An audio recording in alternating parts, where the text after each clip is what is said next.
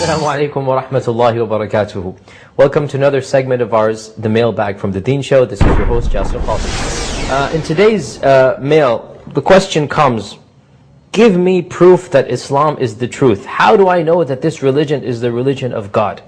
Well, I have to say that is a very good question. It's a very profound question, and it is a question that every single person should be asking himself or herself who is not a Muslim. Well, why do people believe this? Why are Muslims believing that they have the right faith? What makes them believe this? So this is a very sensible question, and we welcome such questions, and this is exactly the type of spirit and attitude that we're looking for. Just tell me, how do I know this is true? What is your evidence? I'm a Christian, I'm a Jew, I'm a Hindu, I'm a Buddhist, you're a Muslim. You say you're right, my father said he's right. How do I know who's right? That's exactly the question that we want.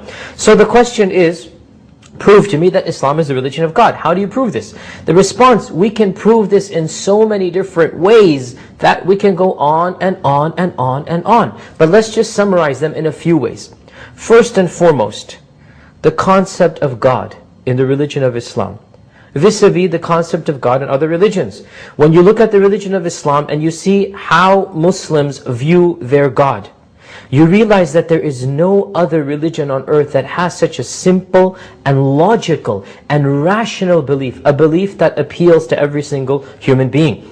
We believe that there is one God, not a plural, not a multiplicity of God, not a plurality of gods, not a group of gods and goddesses and mini-gods and demigods and the children of gods and the parents of gods. No, there is one ultimate God who created everything around us, who is all-powerful and almighty, and this is known by His creation. His creation is so perfect and beautiful, His creation is in such harmony and synchronization that He Himself must have the greatest powers and the most wisdom and the most knowledge for Him to have created all of this.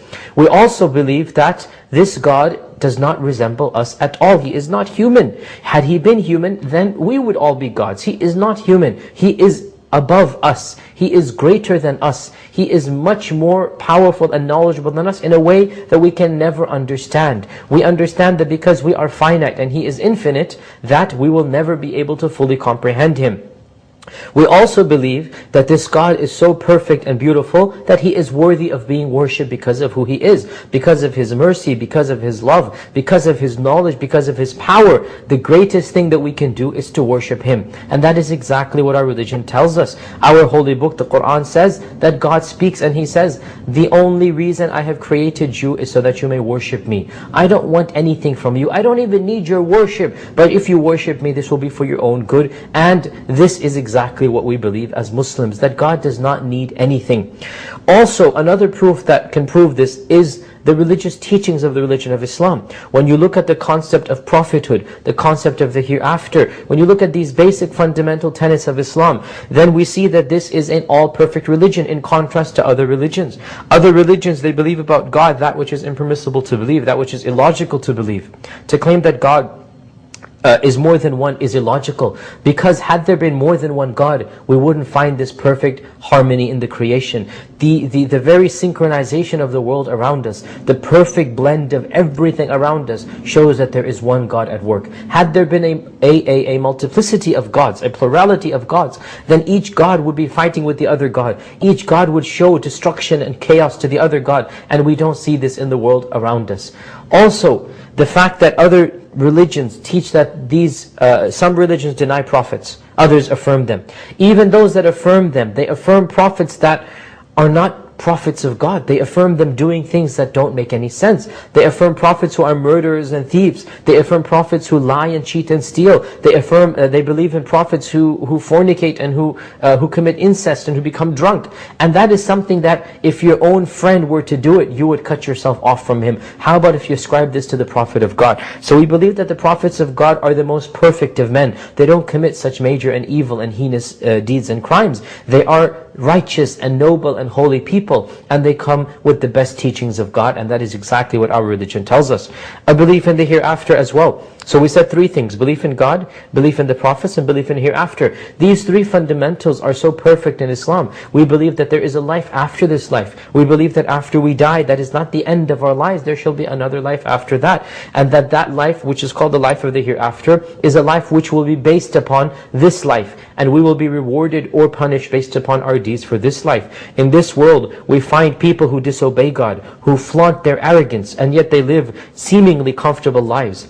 And we also find those who are worshippers of God and they live very difficult lives. How is this possible that a person who worships God lives a difficult life, and a person who disobeys God seems to live an easy life, and then in the hereafter there is no hereafter, or they shall be treated the same? Such is not the case. Those who worship God and believe in Him will be rewarded, and those who deny God and belie Him and basically flout all of the commandments, they shall be punished because of their deeds. And this is rational, logical, common sense. And there are many other proofs as well for the teachings of Islam, but I suffice with these three: belief in God, belief in the prophets, and belief in the hereafter. If you think about these three pillars and understand them in Islam, some religions deny the other three, and others affirm some and deny others or distort them. When you compare these three basic teachings, they will appeal to your inner innate sense, because God created you with common sense. God created you with an intellect and mind. And when you study Islam, you find that your intellect and mind and your common sense, they all mesh, they all merge, they all complement the true teachings of Islam.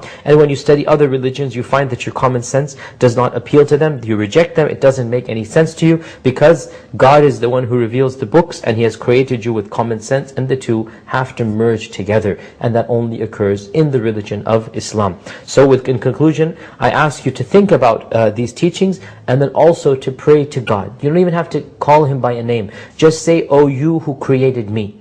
O you who created me and all that is around me, I invoke you, I pray to you, I beseech you to guide me to the truth." That's a fair deal. I can pray this, and I ask you to pray this as well. And if you are sincere, then God will be sincere to you. I hope that suffices in a brief response to this question.